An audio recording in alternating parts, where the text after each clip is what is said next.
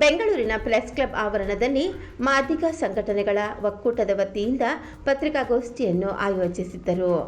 ಒಳ ಮೀಸಲಾತಿ ಬಗ್ಗೆ ತಾರೀಖು 27/3/2026ರಂದು ನಡೆಸಬೇಕಿದ್ದ ವಿಶೇಷ ಸಚಿವ ಸಂಪುಟ ಸಭೆಯನ್ನು ಮುಂದೂಡಿ ಮತ್ತೊಮ್ಮೆ ಮಾದಿಗರನ್ನು ವಂಚಿಸಿದ ಸರ್ಕಾರದ ನಡೆಯ ವಿಚಾರವಾಗಿ ಪತ್ರಿಕಾಗೋಷ್ಠಿಯನ್ನು ಆಯೋಜಿಸಿದ್ದರು. ಈ ಪತ್ರಿಕಾಗೋಷ್ಠಿಯಲ್ಲಿ ಮಾದಿಗ ಸಂಘಟನೆಗಳ ಒಕ್ಕೂಟದ ಸಂಚಾಲಕರು ಮತ್ತು ಡಿಎಸ್ಎಸ್ ಆರ್ಪಿಐ ಬಿಯ ರಾಜ್ಯಾಧ್ಯಕ್ಷರಾದ ಎನ್ ಮೂರ್ತಿ ಅವರ ನೇತೃತ್ವದಲ್ಲಿ ಆಯೋಜಿಸಲಾಗಿತ್ತು.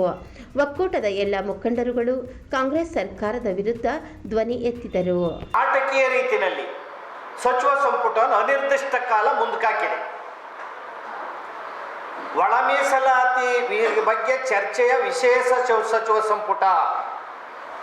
ಈ ಸಚಿವ ಸಂಪುಟ ಕರ್ನಾಟಕ ಸರ್ಕಾರ ನಡೆಸುವಂಥ ಸಚಿವ ಸಂಪುಟ ಇದೆಯಲ್ಲ, ಹುಡುಗಾಟಿಕೆ, ಇದೊಂದು ರೀತಿಯ ಚೀಟು, ಇದೊಂದು ರೀತಿಯ ಮೋಸಗಾರಿಕೆ, ತಂತ್ರಗಾರಿಕೆಯ ಷಡ್ಯಂತ್ರದ ಸಚಿವ ಸಂಪುಟ ಆಗಿದೆ.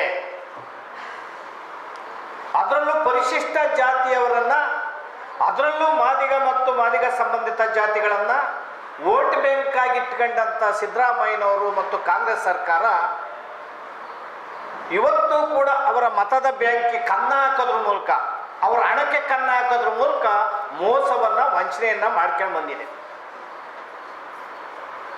ನಾನು ಮೊದಲನೇದಾಗಿ ತಮ್ಮಲ್ಲಿ ಅತ್ಯಂತ ವಿನೀತ ಮನವಿ ಮಾಡೋದು, ಇಡೀ ರಾಜ್ಯದ ಅಥವಾ ದೇಶದ ನಾಗರಿಕರಲ್ಲಿ ಒಬ್ಬ ಸಮಾಜದ ಗುರುಗಳು, ಹಿರಿಯೂರು ಮೂಲ ಮಠದ ಆದಿಜಾಂಬವ ಮಠದ ಷಡಕ್ಷರಿ ಮುನಿಗಳು 350 ಕಿಲೋಮೀಟರ್ ಹರಿಹರದಿಂದ ಬಿ ಕೃಷ್ಣಪ್ಪರವರ ಸ್ಮಾರಕದಿಂದ, ಸಮಾಧಿಯಿಂದ ಬೆಂಗಳೂರಿಗೆ ಜಾಥವನ್ನು ಬಂದು ಆ ಉರಿ ಬಿಸಿಲಿನಲ್ಲಿ ಹುಷಾರಿಲ್ಲದನ್ನು ಕೂಡ ನೆಡ್ಕೊಂಬಂದು ಕಾಲು ಮೈಕೈ ನೋವಿಂದ ಆಸ್ಪತ್ರೆಗೆ ಅಡ್ಮಿಟ್ ಆಗಿ ಬಂದಂಥ ಸ್ವಾಮೀಜಿಗಳನ್ನು ನೆಲಮಂಗಲದ ರಸ್ತೆಯಲ್ಲಿ ನೂರಾರು ಪೊಲೀಸ್ನವರು ಹಿಡಿದು ಎಳೆದಾಡಿ ಬಟ್ಟೆಗಳನ್ನು ಜಗ್ಗಿ, ಅವರನ್ನು ಜಗ್ಗಿ ಎಳೆದು ಬಂಧನ ಮಾಡಿರೋದನ್ನು ನಾವು ತೀವ್ರವಾಗಿ, ಉಗ್ರವಾಗಿ ಖಂಡಿಸ್ತಾ ಇದ್ದೇವೆ.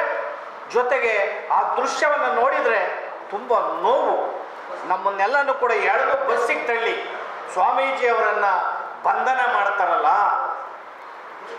ಅವರು ಈ ಜನದ ನೋವನ್ನು ನುಡಿಸೋದಕ್ಕೋಸ್ಕರ, ಈ ಜನದ ಕಣ್ಣೀರು ಒಡೆಸೋಕ್ಕೋಸ್ಕರ ಅವರು ನಡೆದು ಬಂದರೆ ಇಡೀ ಸಂವಿಧಾನಕ್ಕೆ ಅಪಚಾರವನ್ನು ಮಾಡಿ ಪ್ರಜಾಪ್ರಭುತ್ವ ಅಭಿವ್ಯಕ್ತಿ ಸ್ವಾತಂತ್ರ್ಯವನ್ನು ಹರಣವನ್ನು ಮಾಡಿ ಸ್ವಾಮೀಜಿಯವರು ಬಂಧನ ಮಾಡ್ತೀರಿ. ನೀವು ಬೇರೆ ಸ್ವಾಮೀಜಿಯವರನ್ನು, ಲಿಂಗಾಯತ ಸ್ವಾಮೀಜಿಗಳು ಅಥವಾ ಒಕ್ಕಲಿಗ ಸಮಾಜದ ಸ್ವಾಮೀಜಿಗಳು ನಿಂಗೆ ಬಂಧನ ಮಾಡಿ ಜೀರ್ಣಿಸ್ಕೊಳಕ್ಕೆ ಆಗ್ತದೇನ್ರಿ ಸಿದ್ದರಾಮಯ್ಯನವರೇ?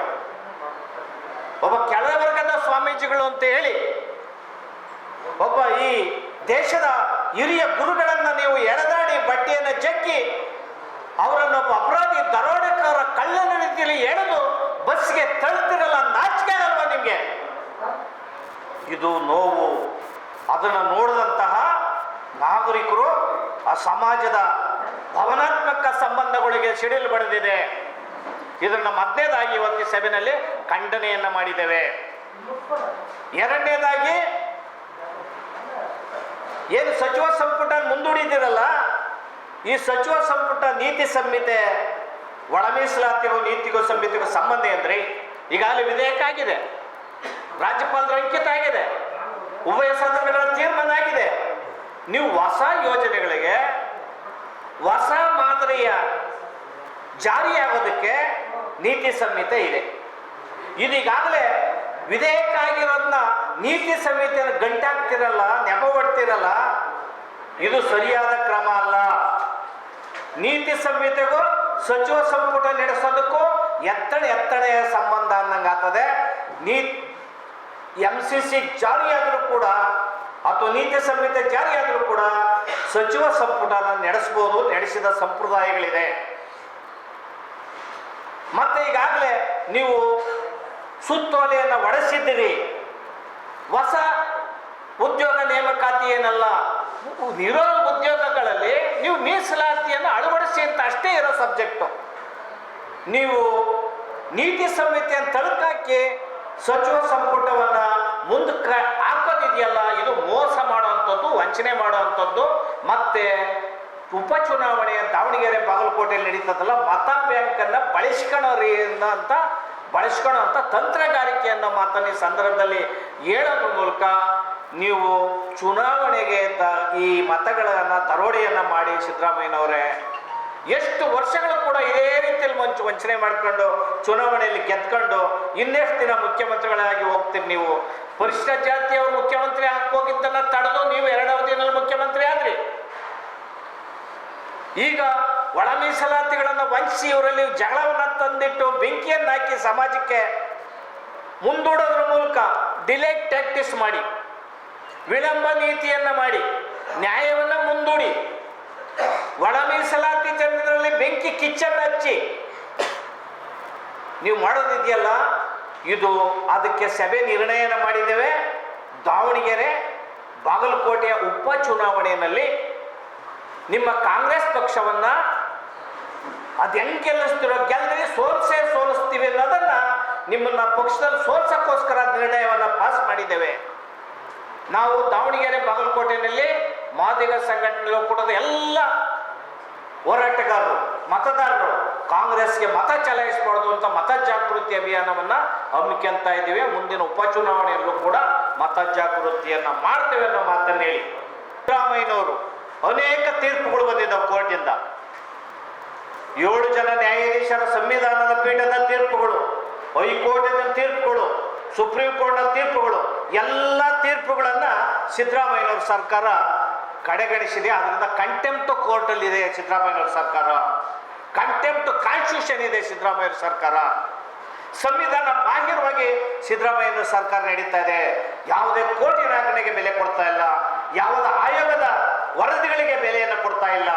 ಆದ್ದರಿಂದ ಸಿದ್ದರಾಮಯ್ಯನವರ ಸರ್ಕಾರ ನಿರಂಕುಶ ಆಡಳಿತ, ಸರ್ವಾಧಿಕಾರದ ಧೋರಣೆ, ಸುಪ್ರೀಂ ಕೋರ್ಟಿನ ವಿರೋಧಿ ಧೋರಣೆ. ಆದ್ದರಿಂದ ಸಿದ್ದರಾಮಯ್ಯನವರು ಕ್ಷಣ ಅಧಿಕಾರದಲ್ಲಿ ಮುಂದುವರಿಯೋದಕ್ಕೆ ಸಾಧ್ಯ ಇಲ್ಲ.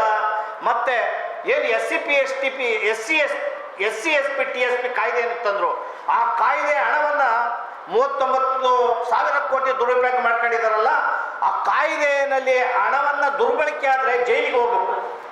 ಆದ್ದರಿಂದ ಸಿದ್ದರಾಮಯ್ಯನವರು ಜೈಲಿಗೆ ಹೋಗ್ತೀರಾ ಅಥವಾ ಅಧಿಕಾರಿಗಳು ಜೈಲಿಗೆ ಹೋಗ್ತೀರಾ ಅನ್ನೋದನ್ನು ನೀವು ತೀರ್ಮಾನ ಮಾಡಿ. ಕಾಯ್ದೆ ಪ್ರಕಾರ ಕಾಯ್ದೆಯಲ್ಲಿರೋದು ಅದರಲ್ಲಿರ್ತಕ್ಕಂಥ ಕ್ಲಾಸ್ C ನೀವೇ ರದ್ದು ಮಾಡ್ತೀರಿ, ನೀವೇ ದುರುಪಯೋಗ ಹಣ ಮಾಡ್ತೀರಿ. ಹಣ ದುರುಪಯೋಗ ಮಾಡೋದ್ರಿಂದ ನೀವು ಫೈನಾನ್ಷಿಯಲಿ ನೀವು ಸರ್ಕಾರ ಕರೆಕ್ಟ್ ಆಗಿದೆ.